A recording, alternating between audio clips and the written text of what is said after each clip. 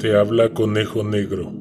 Te doy la bienvenida a la serie de relatos especiales de Día de Muertos y Halloween.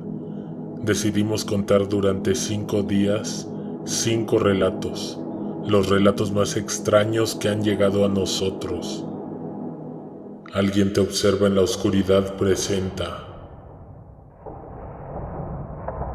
Relatos extraños 1. Lupita Gómez y su bebé.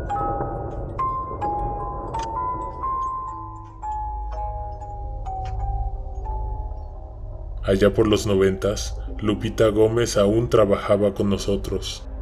Estábamos en el sótano de una oficina de gobierno, la jefatura de asuntos sin importancia. Lupita Gómez había querido quedar embarazada durante mucho tiempo y no había podido. Esa era siempre su más grande tristeza.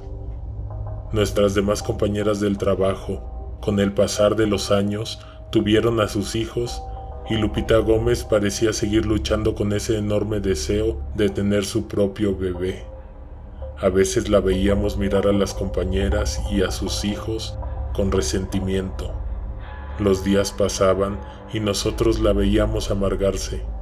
Poco a poco iba perdiendo la alegría de vivir. Un mal día supimos por ella misma que después de muchos intentos y visitas al doctor, se había dado por vencida. A partir de ahí, como en un cuento de terror, las desgracias en su vida no hicieron más que ir en aumento. Su esposo la abandonó un mes después. La noche en que él se fue, Lupita nos llamó a todas. Lloraba desconsoladamente. No tenía amigos ni familia a quien contárselo. Nosotras éramos lo único que le quedaba a Lupita Gómez. En privado nos pusimos de acuerdo y en la madrugada le regresamos la llamada para avisarle que la cubriríamos para que faltara un par de días. Seguro el jefe no se daría cuenta y si preguntaba, le diríamos que había salido a sacar copias. Cuando volvió, su semblante había cambiado. No solo era evidente la tristeza en su rostro, también ostentaba enormes ojeras. Parecía que no había dormido en una semana. Tenía el cabello muy delgado y lo estaba perdiendo. Vio en nuestras caras la lástima que nos producía encontrarla en ese estado. Sintió vergüenza y se echó a llorar. Efectivamente, no había podido conciliar el sueño desde que su esposo se marchó, pero no había sido por tristeza, sino por un dolor que se había instalado en su pecho. Nos convocó a que la acompañáramos al baño y ahí nos mostró un moretón. Lo primero que pensé es que ese hombre la había golpeado, pero entonces tomó mi mano y la dirigió hacia su cuerpo. Ahí había un bulto duro, parecía como una costilla que había modificado su rumbo natural y ahora crecía hacia otra dirección. Sentí repulsión y quité inmediatamente mi mano de su piel.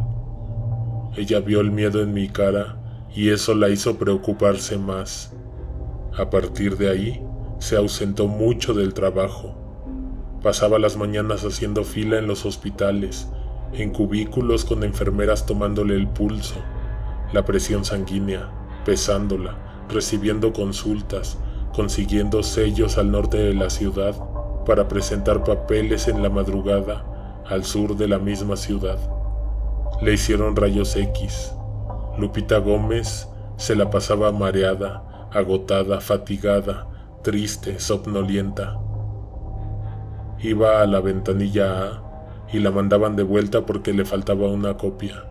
Regresaba al día siguiente más enferma y más agotada.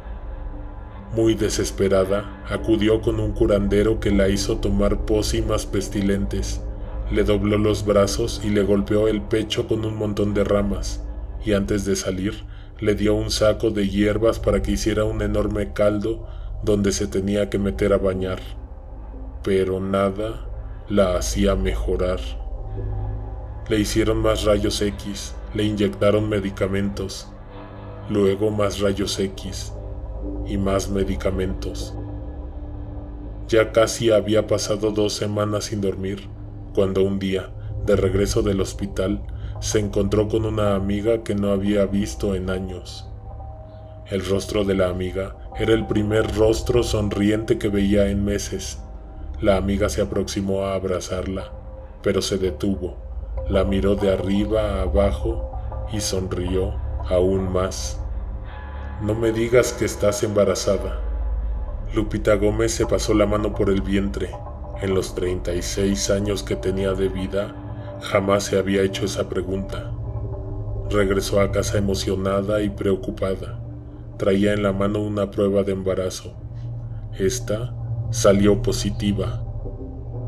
La alegría que le producía por fin haber cumplido su sueño se destrozó cuando recordó todos los procedimientos médicos a los que se había sometido, a la radiación, a la medicina, a los masajes descontracturantes, a los remedios caseros, a las hierbas que había tomado. Le faltó hacerse un ultrasonido. Sin querer, ella misma había comprometido la vida de su hijo con todo lo que se había hecho. Aún así, le llamó a Julieta para darle la noticia. Julieta inmediatamente nos llamó a todas para contarnos. No hicimos más que alegrarnos, aunque en el fondo estábamos preocupadas. Nos enteramos por un compañero del sindicato que Lupita había tenido complicaciones al momento de dar a luz. Como era de esperarse, el bebé no lo había logrado.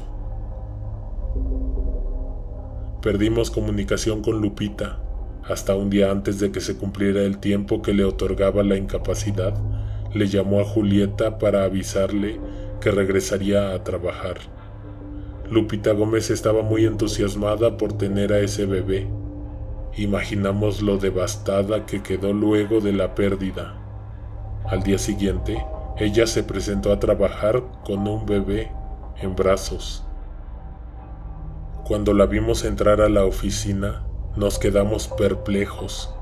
Teníamos entendido que había perdido a su hijo.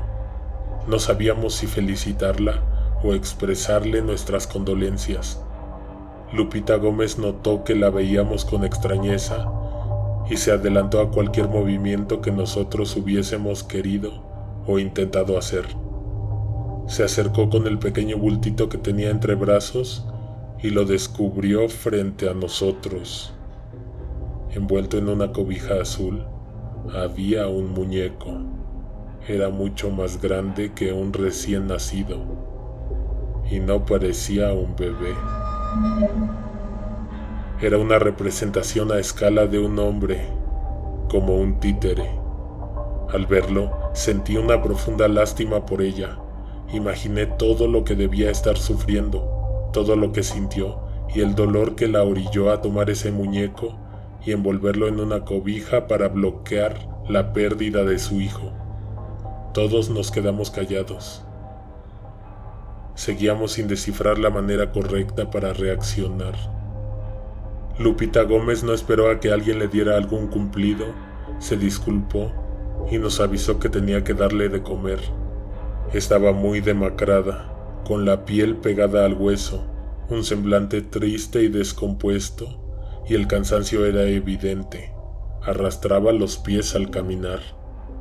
Le dio la vuelta a su cubículo y se sentó en su lugar habitual. Todos entonces regresamos a nuestros lugares de trabajo, pero las actividades que nos ocupaban antes de que ella llegara no las pudimos continuar porque estábamos distraídos, pensando en lo que acabábamos de ver. Teníamos sobre nuestras carpetas la mirada perdida. Tratábamos de asimilarlo cuando de debajo del escritorio de Lupita se escuchó el llanto de un recién nacido.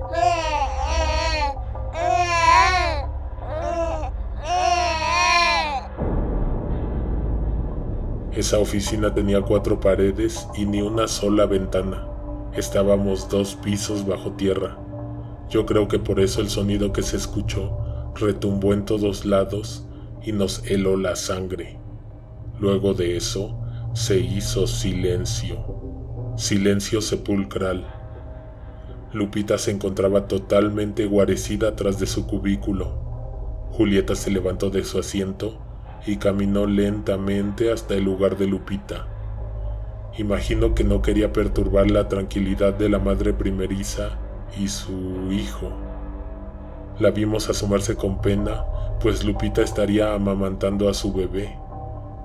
Apareció en el rostro de Julieta una expresión de extrañeza, de confusión. Dejó a un lado el cuidado que se estaba tomando y se asomó al interior del cubículo, y luego también debajo del escritorio. Después nos volteó a ver a todas con miedo. Se echó a llorar. Nosotras no sabíamos qué estaba pasando. Olvidábamos por un segundo a Lupita y nos acercamos a consolar a Julieta para averiguar qué sucedía con ella. No dijo ni una sola palabra y señaló con su mano el escritorio de Lupita. Ahí, en donde habíamos visto dirigirse a la mujer con su hijo, no había nadie. Salimos acongojadas y asustadas. Pasaban de las 9 de la noche. La luna ya estaba bien instalada en el firmamento. Parecía que miraba la soledad y la tristeza en nuestras cabezas. Una llamada al interior del edificio nos confirmó algo que no nos esperábamos. Lupita había muerto días antes dando a luz. Deja tu like, suscríbete y activa las notificaciones. Comparte estos relatos con tus amigos. Hagan reuniones con la luz apagada y reproduzcan estas historias. Alguien te observa en la oscuridad.